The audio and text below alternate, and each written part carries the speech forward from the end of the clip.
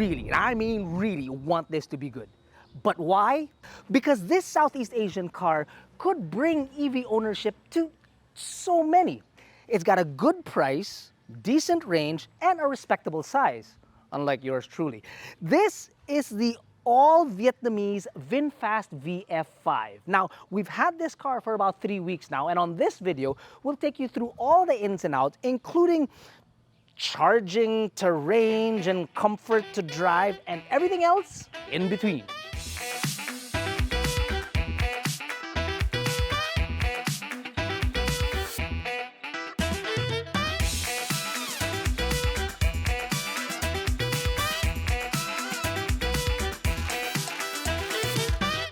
I want it to be good because apart from its good value proposition, I'm thinking that if our Southeast Asian neighbor Vietnam can mass produce an automobile, maybe we could too.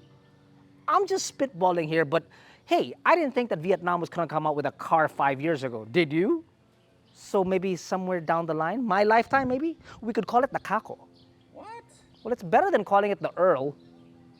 Let's start with its price. Whip out the car guide on our app and it will tell you that the VinFast VF5 starts at 880,000 Philippine pesos with a battery subscription, by the way, and 1,050,000 Philippine pesos without it. Now, you might ask, what is battery subscription? Well, it's created by VinFast, the only one in the country, by the way, that helps shoulder some of the expenses when you initially cash out for the automobile. And essentially, it makes sure that if anything happens to the battery down the line, if and when, that VinFast will take care of it.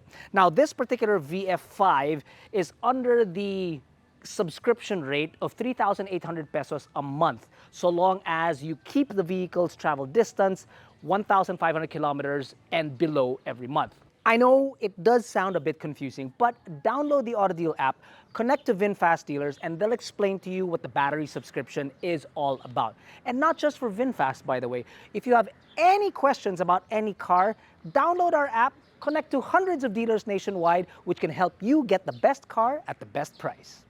I do rather like the sleek design of the VF5. It's not compensating for any diminutive size with an overly aggressive face or sharp lines or the body. Both your lights, front and rear, sit at the bottom. Though they are halogen, the headlights are still projectors, giving you a clear sight of the road ahead. Another aspect of its look that caught my eye was the short overhang at the rear. I know it's nothing spectacular, but the rear quarter angle is where I think the car looks best. On the side, you have a handsome set of 17s that give the VF5 a ground clearance of 168 millimeters.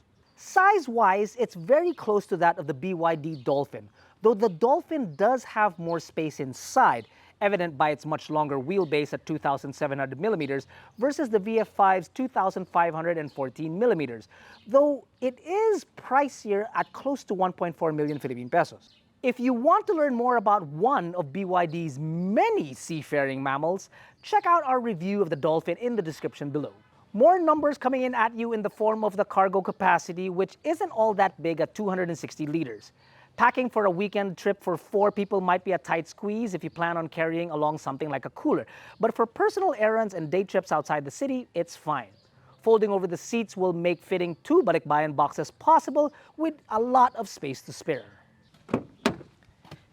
Now, the rear seats, for its price, mind you, is comparable in space to that of the Vios. Hang on, I know you're looking at my legs, but chill.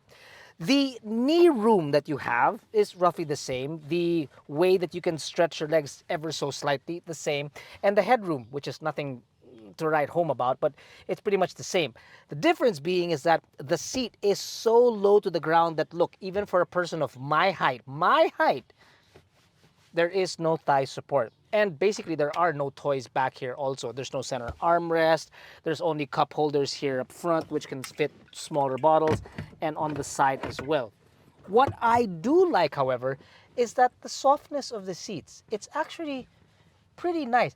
If I could stretch my legs, wow, that's rich me pa, no? If I could stretch my legs, yeah, I'd find a little bit more comfort in here. Oh, and whether or not there is no center tunnel, I don't think a third passenger would be very comfortable back here. So yeah, leave it for 2. Besides, if you put 3 people back here, they'd have to fight over only one charging point and no air vent. That'd be like me finding out just recently that I am apparently a grand uncle. Ha! Sell. Do I look grand anything to you, Jack? Muscles are quite grand, I'd say. What? Stop it! Don't stop. Up front, more than anything else, the biggest hurdle one might overcome or need to overcome is the proper driving position. Now, for someone who is my height, and Jack believes I'm actually 5'6", stop it, I'll drive home.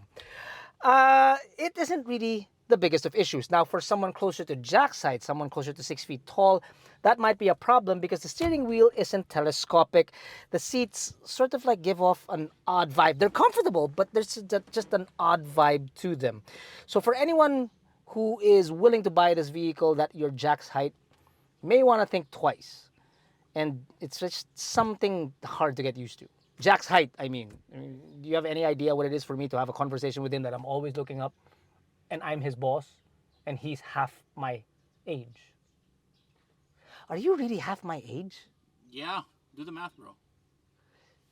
1 plus 2 plus Okay, cut. 3. Never mind. You have buttons on your steering wheel which to control your audio and your other drive functions, including cruise control. Yes, cruise inside this car. You have an instrument cluster directly up front, obviously. Where else would it be? That is a full digital screen. It's not overly complicated, does what it needs to do, quite simple. You have an 8-inch touchscreen infotainment system with a reverse camera that has Android Auto, but no Apple CarPlay, which Jack is pulling his short and curlies over. However, VinFast does say that sooner or later they will get that update in. So hopefully it will be sooner rather than later. Air vents across the entire board, one large one in the center, your gear selector here in the middle, followed by a 12-volt socket, one USB port, and your physical handbrake. It's not the biggest of deal breakers at all. It's just that you might need getting used to an automobile that doesn't have park. There are Japanese cars as well also that don't have a park function. You either put it in neutral and then pull up the steering brake, or rather the handbrake. What's a steering brake? You be quiet. It's just something that you kind of need to get used to. The overall experience with the system is nothing spectacular. Menus are easy to navigate, and air controls, despite being on the screen only, will always be ready for your input. There are voice commands, but they're only in Vietnamese for now. VinFast, turn on the AC. VinFast không hỗ trợ tính năng này cho phiên bản xe của anh chị. Bật quạt. Hệ thống đã bật quạt gió. Jack, banh mi's on me, baby. Get in.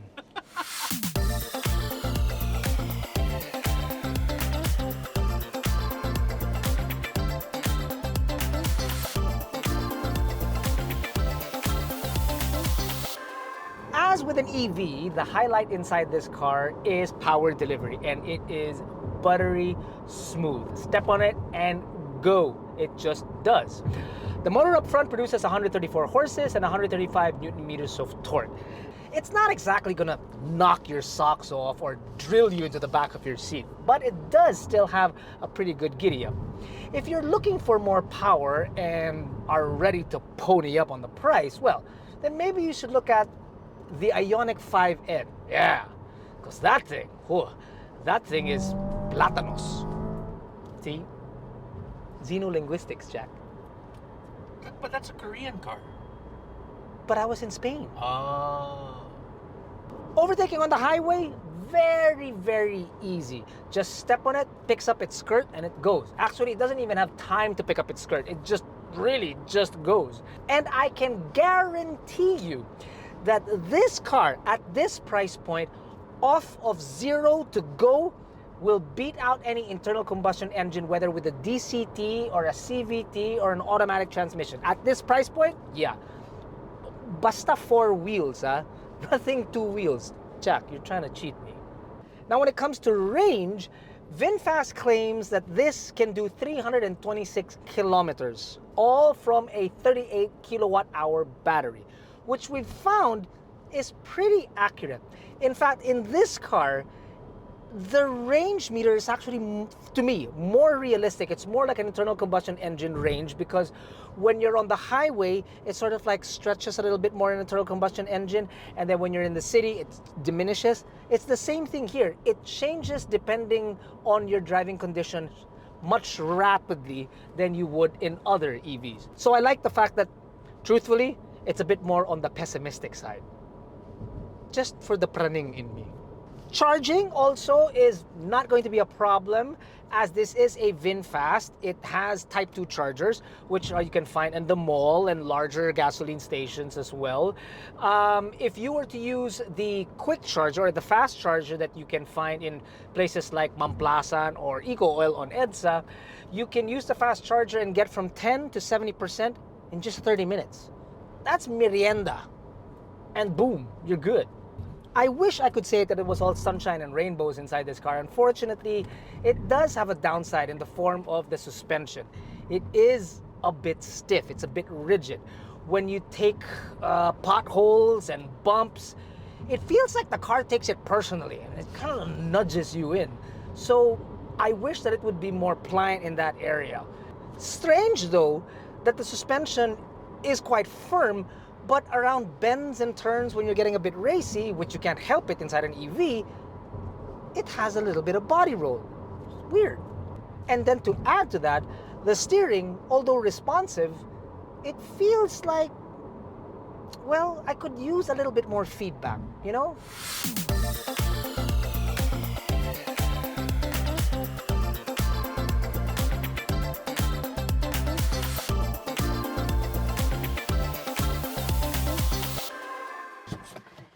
There are a handful more affordable EVs available in our market, no doubt, but more often than not, they're kind of small. Meanwhile, in the VF5, you have an affordable EV where you don't exactly have to compromise on a diminutive hatch, if you know where I'm coming from. Plus, I think that the fast charging and the range of this vehicle is a win in my book. If you've ever wanted to get behind the wheel of an EV but found that the costs are basically what's stopping you, the VF5 might be the car for you. And as always, if you download the AutoDeal app, you'll get all the information that you need. Plus, it could also connect you to the dealer closest to you for a test drive, so you can get your butt into this car quick, fast, and in a hurry. Quick, VinFast, and in a hurry.